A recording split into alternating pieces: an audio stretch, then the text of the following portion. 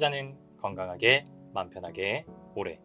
안녕하세요, 케빈 베스만 허정우입니다. 오늘 촬영 일자 10월 20일 월요일입니다. 오늘은 조금 도발적인 주제로 영상을 준비했습니다. 테크윙이라고 하는 기업에 대해서 좀 파볼 건데요. 사실은 제가 최근에 트레이딩으로 조금 단타 쳐보려고 들어갔었던 기업이고 꽤 괜찮은 수익을 냈던 종목이기도 해요. 근데 이 회사가 좀 괜찮게 올라가길래 저도 이번에 반도체 원래 워낙 관심이 많기도 해서 좀 스터디를 해보려고 들어갔다가 기술적으로 비즈니스 모델적으로 그런 게 다 좋은데 재무제표를 분석하다 보니까 되게 재밌는 걸 하나 찾게 됐어요. 물론 이거를 제가 뭐 확실하게 이 회사가 이래서 문제다 뭐 이렇게 말씀드릴 수는 없습니다. 근데 제가 봤을 때, 그리고 그동안 정말 많은 기업들의 대표님들을 도와드려 본 그런 경험에서 봤을 때는 꽤나 합리적인 의심을 해볼 수 있는 상황들이 있어서 여러분들께 공유 드려보려고 합니다. 하지만 좀 미리 강조드려야 될 것 같아요. 제가 오늘 영상을 통해서 뭐 여러분들께 테크윙을 뭐 사라, 팔아라, 뭐 투자하지 말아라 이런 말씀을 드리기보다는요, 이런 구조를 가지고 있어서 이런 리스크를 조금 조심해야 되는 기업도 있겠구나라는 걸 말씀드리고 싶어서 영상을 찍는다는 점을 강조드리겠습니다. 화면으로 가시죠. 테크윙 주가 차트입니다. 참고로 제가 오늘 뭐 촬영 일자는 10월 20일이기는 한데 자료는 조금 미리 만들어 놨어요. 그래서 오늘 조금 오다다 찍는 경향이 있어서 아마 이게 가장 최근의 수치로는 반영이 안 되어 있을 것 같습니다. 이제 뭐 전반적인 추세만 좀 가져가시면 좋을 것 같고요. 어쨌든 뭐 8월 하순부터 주가는 굉장히 빠르게 올라가서 거의 2배 이상 올라가 있는 그런 상황이죠. 오늘은 좀 플로우를 거꾸로 타보겠습니다. 제가 보통은 회사에 대한 설명을 쫙 드리고 나서 그 마지막에 투자 아이디어나 모멘텀을 설명을 드리곤 하는데, 오늘은 그 상승의 모멘텀을 먼저 좀 제시를 해보려고 해요. 이 회사는 이제 메모리 테스트 핸들러라고 하는 거를 하는 기업이에요. 바로 다음 장표에서도 말씀을 드리겠지만, 일단 모멘텀으로 말씀을 드리면 현재 반도체 시장은 우리가 커머디티 반도체라고 부르는, 조금 여러분들이 이해하시기 쉽게 말씀드리면 넌 AI 반도체와 HBM을 위시한 AI 반도체, 이렇게 나눠볼 수 있을 것 같아요. 커머디티 반도체 쪽에서는 이 회사가 메모리 쪽의 테스트 핸들러로서는 정말 압도적인 경쟁력을 가지고 있습니다. 근데 이제 올해 4분기부터 커머디티 쪽의 그런 반도체는 쇼티지로 들어가면서 가격 상승이 굉장히 빠르게 이루어지고 있죠. 이게 지금 현재 추세로 보면은 내년 상반기 내내도 가격이 상승할 수도 있겠다, 이렇게 볼 수 있습니다. 그래서 사람들이 이야기를 하는 게 뭐 7년 만에 메모리 슈퍼 사이클이 다시 왔다, 이렇게 이야기를 하는 게 이런 배경에 근거를 두고 있는 것이죠. AI 쪽으로 보시게 되면은 이 HBM 뭐 우리 큐브 프로버 이렇게 이야기를 하는데, 원래는 삼성전자 향 쪽으로 나고 있었어요. 근데 이제 삼성이 HBM을 못 하다 보니까 회사가 이제 모멘텀을 못 받았었는데, 최근 들어서 이제 하이닉스 쪽 퀄 테스트를 통과를 하고 아마 올해 4분기 중으로 마이크론 쪽으로도 퀄 테스트를 아마 통과할 것 같다, 이런 전망이 들어와 있습니다. 그러다 보니까 이제 시장에서는 야, 이거 메모리 핸들러도 잘하고 HBM 쪽으로 들어가는 우리 큐브 프로브라고 하는 것도 잘하는데 이러면 정말 압도적인 거 아니냐, 후공정짝에서, 이렇게 지금 모멘텀이 들어와 있는 거죠.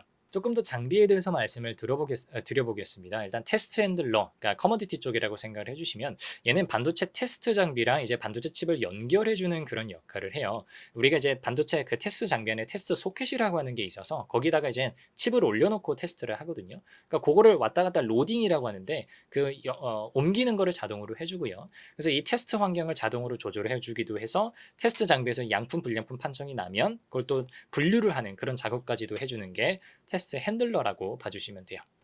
이제 메모리 테스터 핸들러 쪽에서는 글로벌 점유율 60%에 달하는 압도적인 기업이고요. 뭐 시스템 반도체 쪽의 테스트 핸들러는 뭐 그렇게 잘하는 회사는 아닙니다. 주요 경쟁사들은 우리 칩 종류별로 써드렸으니까 한번 확인해 주시면 좋을 것 같고요. 근데 이 회사가 이제 핸들러하고 프로브, 이제 장비, 테스트 장비인데 프로브를 통합했기 때문에 또 굉장히 고객사들 입장에서는 경쟁력이 있습니다. 경쟁사 대비해서 4배 이상의 병렬성이라고 하는데, 그러니까 한 번에 여러 칩을 좀 검사할 수가 있다는 얘기죠. 그래서 동시 검사량이 경쟁사 제품들이랑 비교를 해봤을 때 가장 많다라고 해요. 한 번에 256개 이상의 칩을 테스트를 할 수 있다라고 하니까 굉장히 잘하는 거죠.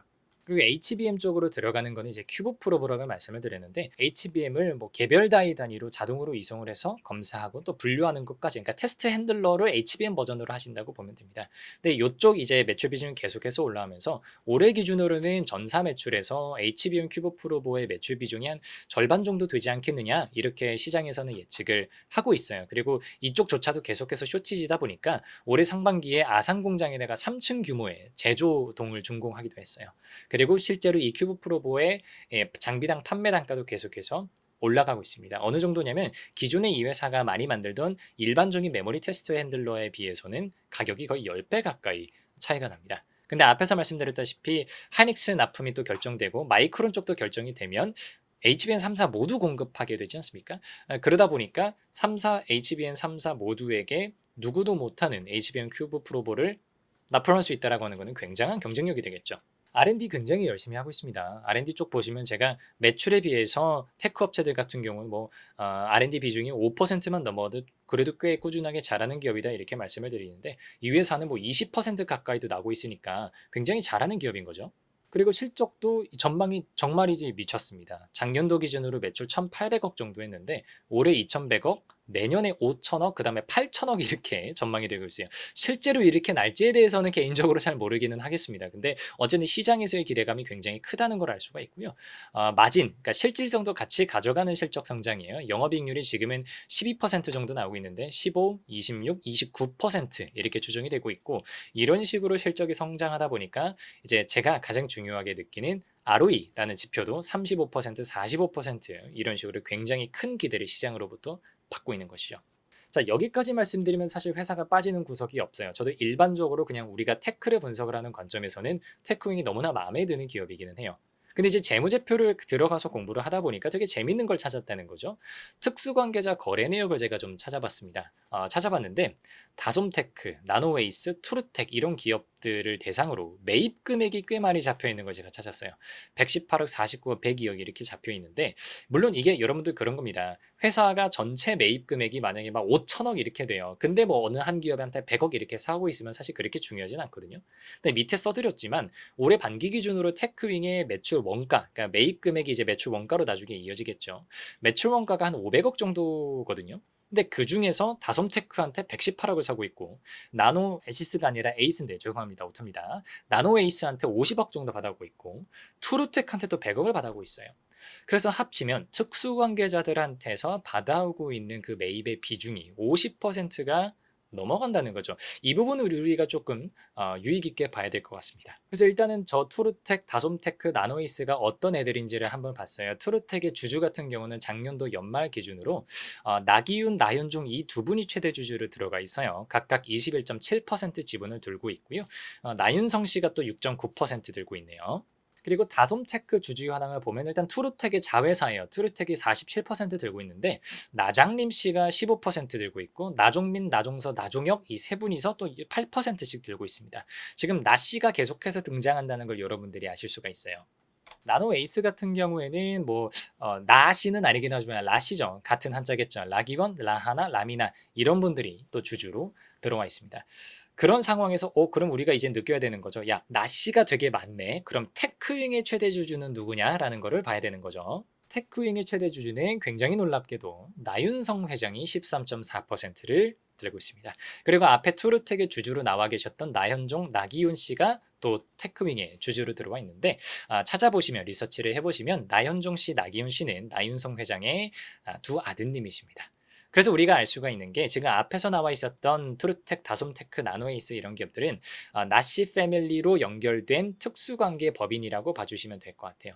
그래서 되게 재밌는 게 우리 테크윙 재무제표에 가보시게 되면 이 세 가지 비상장 회사들이 여러분 종속기업이나 관계기업으로 나와 있지는 않습니다. 사실은 이게 종속기업이나 관계기업으로 나와 있으면 이 내부 거래가 충분히 말이 되기도 해요. 왜냐하면 기업들 중에서는 법인들을 분리를 해서 밸류체인 안에서 각각의 밸류체인 그 단계들을 나눠 가져 있는 그런 기업들. 하지만 종속으로 연결되어 있어서 연결재무 상태표로는 다 합쳐서 나오는 그런 경우들이 왕왕 있거든요. 근데 이제 투르텍, 다솜테크, 나노이스 이런 기업들은 최대 주주가 별도로 가지고 있는 어떻게 보면 비상장 가족법인 같은 개념이다 보니까 관계기업이나 종속기업으로 분류가 되어 있는 게 아니고 기타 특수관계자로 나와 있습니다. 그런 관점에서 이 내부 거래가 충분히 문제가 될 소지가 있다라고 볼 수가 있는 것이죠. 그래서 제가 숫자를 조금 정확하게 살펴봤습니다. 2024년도 기준으로 살펴봤고요. 투르텍, 다솜테크, 나노에이스 세 개 회사가 각각 24년도 기준으로 테크윙이랑 거래하는 규모가 140억, 90억, 80억 이 정도 됩니다. 근데 이제 두 가지 측면에서 볼 수가 있는 거죠. 투르텍, 그러니까 테크윙이 매입하는 금액 중에서 각각의 투권자들한테 갖고 오는 그 매입 비중이 얼마냐를 볼 수가 있을 것이고 또 반대로 각각의 기업들이 테크윙 쪽으로 나는 매출 비중이 얼마냐를 보실 수가 있을 거예요. 근데 여기서 우리가 주목해서 보셔야 되는 거는 각각의 기업들이 테크윙 쪽으로 나고 있는 매출 비중이에요. 그게 지금 64%, 90%, 84% 이렇게 계산이 되거든요. 그럼 사실 재무나 세무에 어느 정도 익숙하신 분들은 바로 일감 몰아주기 규제가 떠오르게 됩니다. 이게 상속증여세법상 일감 몰아주기가 되게 되면 이걸 증여로 보게 되면서 세금을 굉장히 많이 때리게 되거든요. 그리고 아마 보통 30% 이런 식으로 숫자를 알고 계실 거예요. 그 매출 비중이. 근데 얘네들이 이미 30%를 훌쩍 넘고 있는 그런 회사들이다 보니까 야, 이거 그러면 세금 뭐 괜찮아? 이런 생각이 좀 드는 거죠. 그래서 저도 이번 기회에 상증세법상 일감 몰아주기 이슈에 관련해서 다시 한번 정리를 하는 좀 기회를 가졌습니다. 자, 정리를 드려보면 크게는 네 가지 정도의 요건이 필요합니다. 첫 번째로는 지배주주와 그 친족의 지분이 대기업 같은 경우는 3%, 중견 중소기업 같은 경우는 10%를 초과해야 되는데 그런 상황에서 특정 기업이 특수관계자로부터 나는 그 매출에 대한 비중이 일반 기업은 30%, 중견기업 40%, 중소기업은 50% 이상 발생이 해야 됩니다. 그러니까 그 이하로 내부 거래가 발생되고 있는 경우에는 사실은 상관이 없다는 거죠. 그리고 세 번째로는 그렇게 해서 나타나는 매출과 영업 과정을 통해서 세후 이익이 발생을 해야 됩니다. 그러니까 기본적으로 우리가 세금을 부과를 할 때는 이익이 발생해야 되거든요. 그리고 그 이익이 실질적으로 지배주주 또는 이제 그 친족에게 귀속이 돼야 되는 그런 상황인 거죠. 그러니까 되게 재밌는 게 뭐냐면 저도 이제 컨설팅을 하면서 돌아다니다 보면 매출 비중 30%대 또는 50%라고 하는 거에 대해서 알고 계시는 대표님들과 실무진들이 굉장히 많이 계십니다. 하지만 이 일감 몰아주기 규제와 관련해서 세후 이익이 발생해야 된다라는 포인트를 놓치시는 분들이 굉장히 많아요. 그럼 여기서부터 제가 이제 세계 비상장 회사들의 손익계산서를 살펴볼 필요가 있겠죠. 자, 보시면 투르텍 같은 경우는 작년 기준으로 매출이 220억 정도가 나는 회사고요. 매출 원가를 빼니까 매출 총이익이 47억 정도가 납니다. 근데 되게 재밌는 게 판관비가 47억이 넘게 들어요. 그래서 영업 손실이 나는 회사입니다. 작년에도 마찬가지였어요. 그러니까 이익이 안 나는 회사인 상태인 거예요.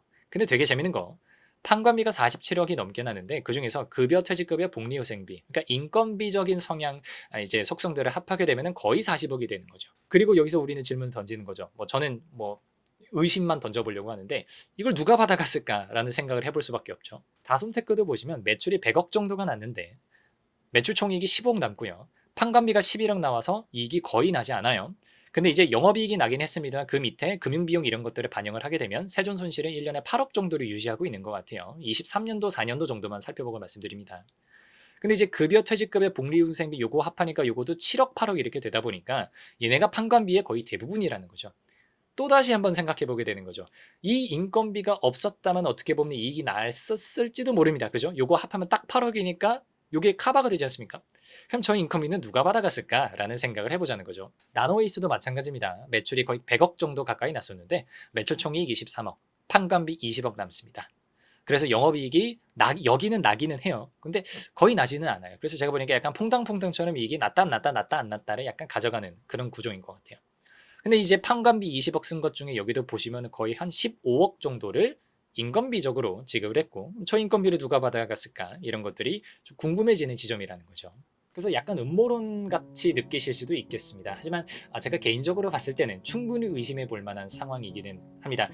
정리를 드려보면 일감 몰아주기 규제에 관련해서 규제에 걸리려면 상증세법상 걸리려면 매출 비중이 30에서 50% 이상이 나야 되는데 그 과정을 통해서 이익이 나야 된다. 손실이 나면 안 된다. 근데 이제 세계의 비상장 회사들을 보다 보니까 정말 가까스로 적자를 나고 있는 그런 회사다. 적자가 나는 이유를 보니까 손해를 보고 물건을 팔고 있지는 않아요. 매출 총이익이 플러스가 나니까요. 근데 이제 판관비가 나타나게 되면서 영업 적자로 빠지는 그런 경우들이 되게 많은데 한 회사 빼고 나머지 두 개 회사는 딱 그런 케이스였죠. 근데 그 판관비의 구성이 뭐냐라고 보니까 인건비죠. 근데 이렇게 비상장 그리고 가족 패밀리들이 들고 있는 비상장법인의 인건비를 누가 받아갈 거냐라고 하면은 저희는 꽤나 합리적인 의심을 던져볼 수 있지 않나 생각을 합니다. 제가 개인적으로 단정적인 답을 드리기는 조금 부담스러운 측면이 있어서요. 여러분들이 각자 판단을 해보시는 기회가 되면 좋을 것 같고 사실 저는 개인적으로는 테크윙이 되게 좋은 회사, 그러니까 기술력이 너무나 좋고 경쟁력이 있는 회사라고는 생각을 하지만 이런 부분과 관련해서 충분히 합리적으로 가져갈 만한 의심거리 그리고 리스크가 있을 때에는 단기적으로 트레이딩을 덤벼볼 수는 있겠으나 장기적으로 가져가기에는 제 투자 성향상 조금 부담이 있지 않나라고 생각해서 최근에 이 기업에 대한 제 의견을 조금 바꿨던 측면이 있습니다. 여러분들도 참고하셔서 공부하시는 기회를 삼으셨으면 좋겠습니다. 오늘 영상이 여러분들께 도움이 되었기를 바라고요. 여기까지 드리겠습니다. 감사합니다.